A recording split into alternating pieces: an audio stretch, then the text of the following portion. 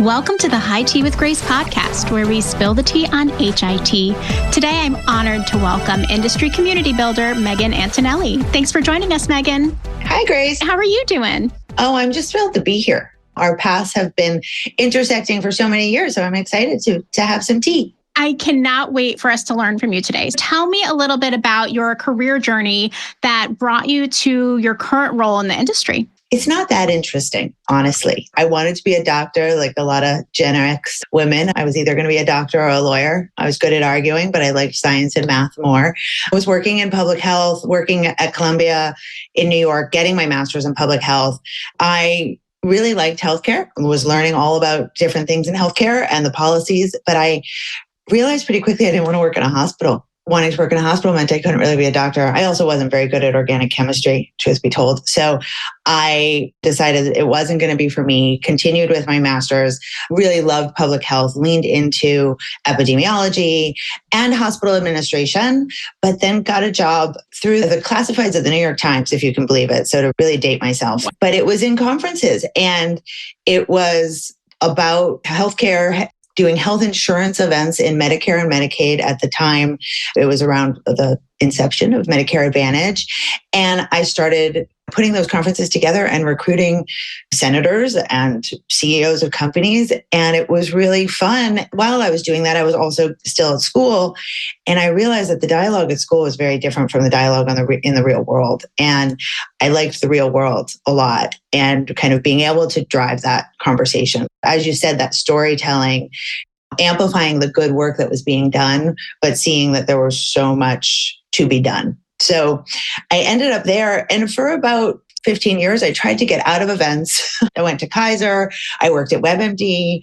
I worked in healthcare, particularly at that intersection of technology. When I was at Kaiser, it was about responding to HIPAA legislations and integrating databases around things and still seeing the problems. And I just gravitated back towards events because I felt I could have a more holistic view of healthcare and bring more people together and ultimately have more impact. And HealthIMPACT was born. Wow. So tell me, what is HealthIMPACT? Just so our listeners can know, what are you building there? Yeah. As you said, it's really about the community. When we first started, we were doing regional events in every city, major metros, bringing together CIOs. It was around the time of EHR implementation. So a lot of hospitals responding to that. Finally, because I had been doing a lot of work around IT implementation, and then finally the legislation came and there was a real momentum around that. So we launched this series of events where we bring the hospital executives together around that. And of course, that was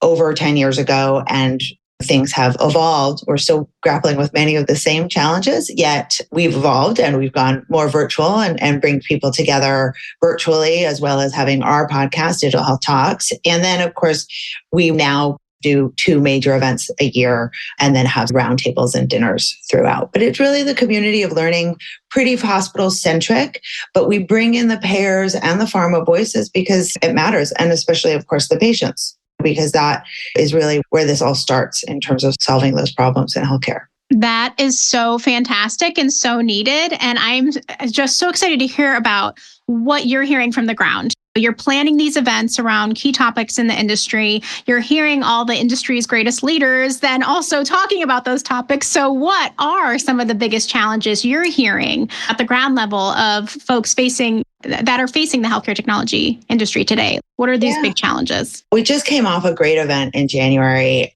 and it was really good to see. The focus is so much on AI and automation, but I wanted to lean into a little bit more of just the work that's been doing, particularly around virtual health, hospital at home. And when it comes to some of the challenges, I think broadly, the challenge that I see is value, right? Proving the value for patients through improved clinical outcomes when outcomes are hard to measure, right? And why are outcomes so hard to measure? Because healthcare because it's not continuous, it's not connected, and it's not interoperable as much as we've been trying to get it that way for the last 20 years. So to measure the outcomes when all we're looking at is claims data, or when all we're looking at the ability to do that is hard. So to prove value is difficult. And then to change the system around to make room for that value or that new technology it moves slowly, right? So what happens in that is that the technology companies don't make it, right? So you have death by pilot or whatever you want to call it. And it happens, of course, we're seeing it happen at smaller startups, but it happens broadly too. And so we're losing good innovation because it's hard to quantify the value. And I think that's like probably the biggest challenge. And then, of course, resources and the system in and of itself, and that risk aversion that is well placed, because we shouldn't be implementing things in healthcare because lives are at stake. That balance is often hard to achieve.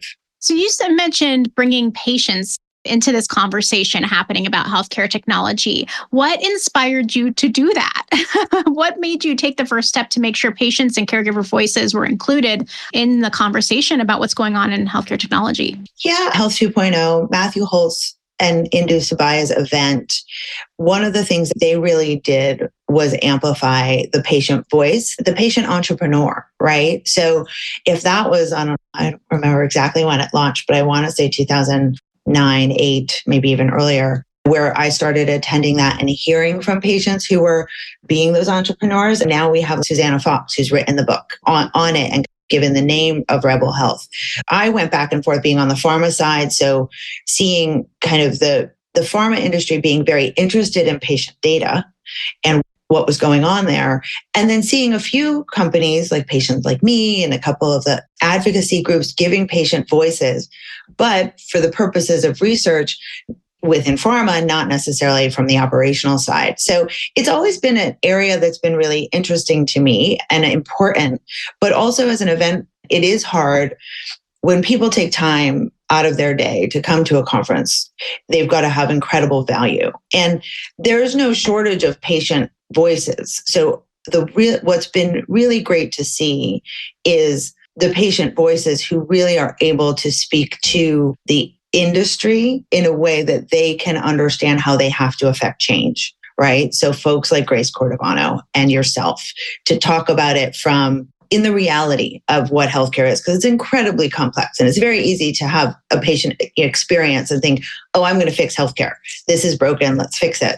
But it's so complicated and we all know it. That's why all these companies often get into trouble, is because if you come at fixing healthcare from one of the many legs on this 3-legged or 4-legged table, it doesn't work. You have to fix at least 3 of them or the table falls down.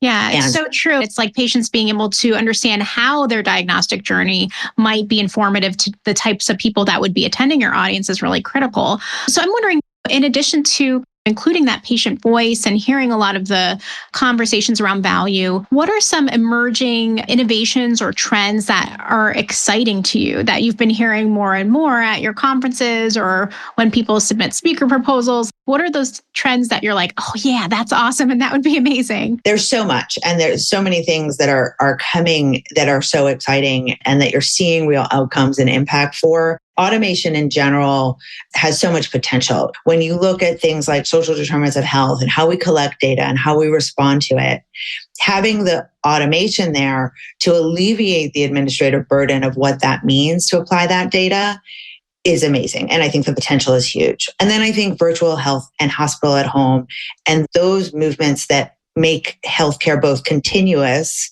and accessible are incredible. And obviously, all of those things create more data, and then that need for automation is there. So I think broadly, those are the 2 things that when they get to that maturity of both value and operations, it'll be amazing. Oh, absolutely. It's like when you think about planning an event, what goes through that process for you? How do you work with your team to figure out what topics are the most important topics to focus on? Or do you come up with a focus for the event itself and then go from there? What's the process you go through? It's a little bit of research, right? And that's where we really, when I trained in all of this, it all came down to listening to our customers and going back to the audience and saying, what do you want to know? What do you need to know? What do you care about? What is going to make you take 2 days out of the office to understand? Where are the problems? What can we fix? I listen to the sessions a lot over and over again to see where the next topic is, right? So that we're not rehashing the old.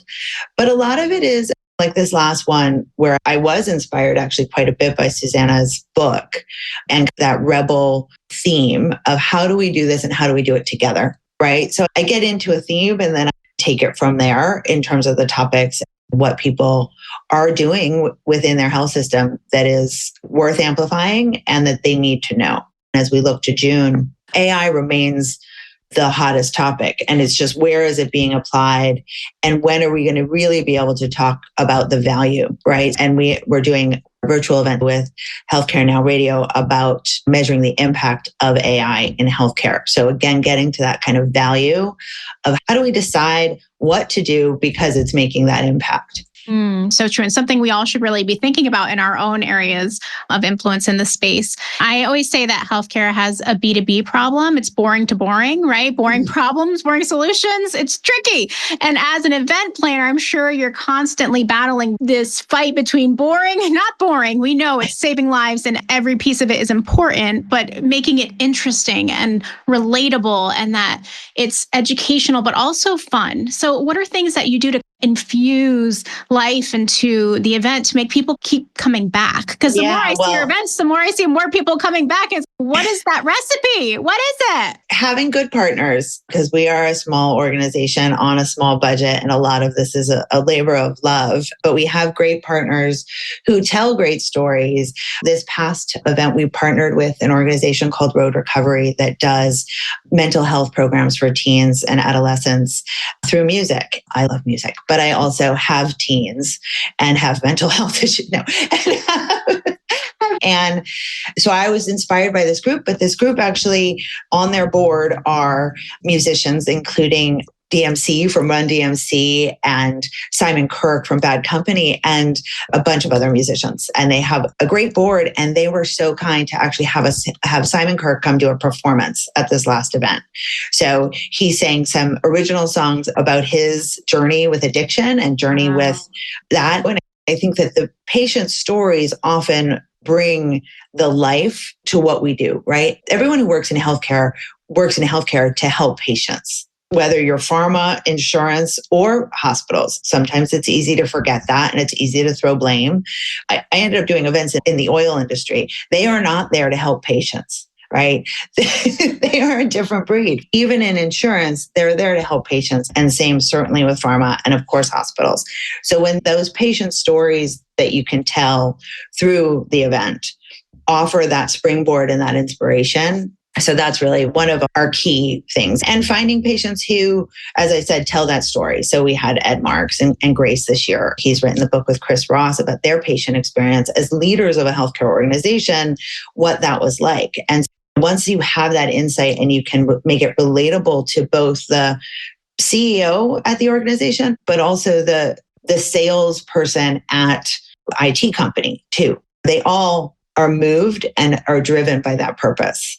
And so that helps tie those stories together that often in the middle get a little boring. Yeah, it's interesting because I think some people think, oh, it's entertaining, so it's funny or it's hilarious or whatever. Sometimes entertaining is being purposeful and just speaking to the heart of somebody, like drawing people through purpose and drawing people through their heart that you know is there because you have it too.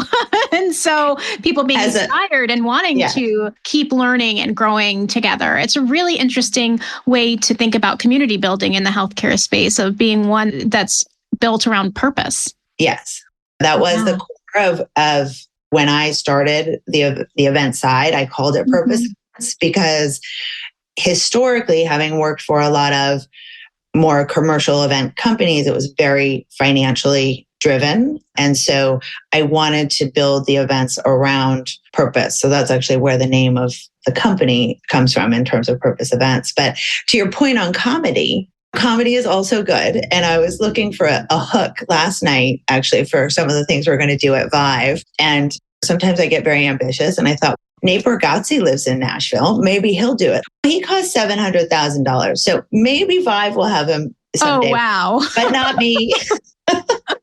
Comedy is expensive, it turns out. Wow. I think we're probably on the road to getting there, but we'll start with purpose and lead to humor. Our members, really, the people that listen to High Tea, want to learn about you as a leader too. Thank you so much for sharing your insights on the industries, but we also want to hear about things that you do to work your best and make a difference. So do you have any habits that keep you at the top of your game, keep you organized, that you feel others would really benefit from learning from? No, I make a lot of lists. It's probably That's a huge thing. Yeah, it's how I keep myself organized. And I have a lot of them. And I'm an inbox clearer and a list crosser offer, right? So I have a lot of different projects and programs. And I think the lists are what keep me both at home and at work. That makes a lot of sense. I'm wondering, what are some strategies that you've implemented in your personal life when personal challenges come or career challenges? Like, how do you stay resilient? What are things that you do to just stay focused when things are not so great around you? Is wine not the right answer? No. Or yes, maybe for some.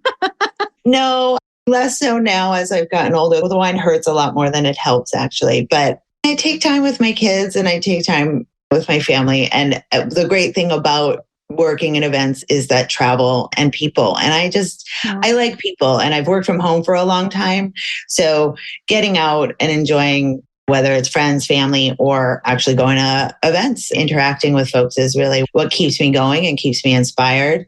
I have recently picked up a small boating habit. So I really like boating. And we just got a little membership to the Freedom Boat Club. So we are doing that, which is super fun. Yeah, super. Just getting out on the water. Getting out on the water. Oh, yeah, it's wonderful. Yeah. It definitely got us through January. Oh, I can only imagine being in California in January of 2025, how critical it was to get out and to be able to just enjoy nature and ground during that time.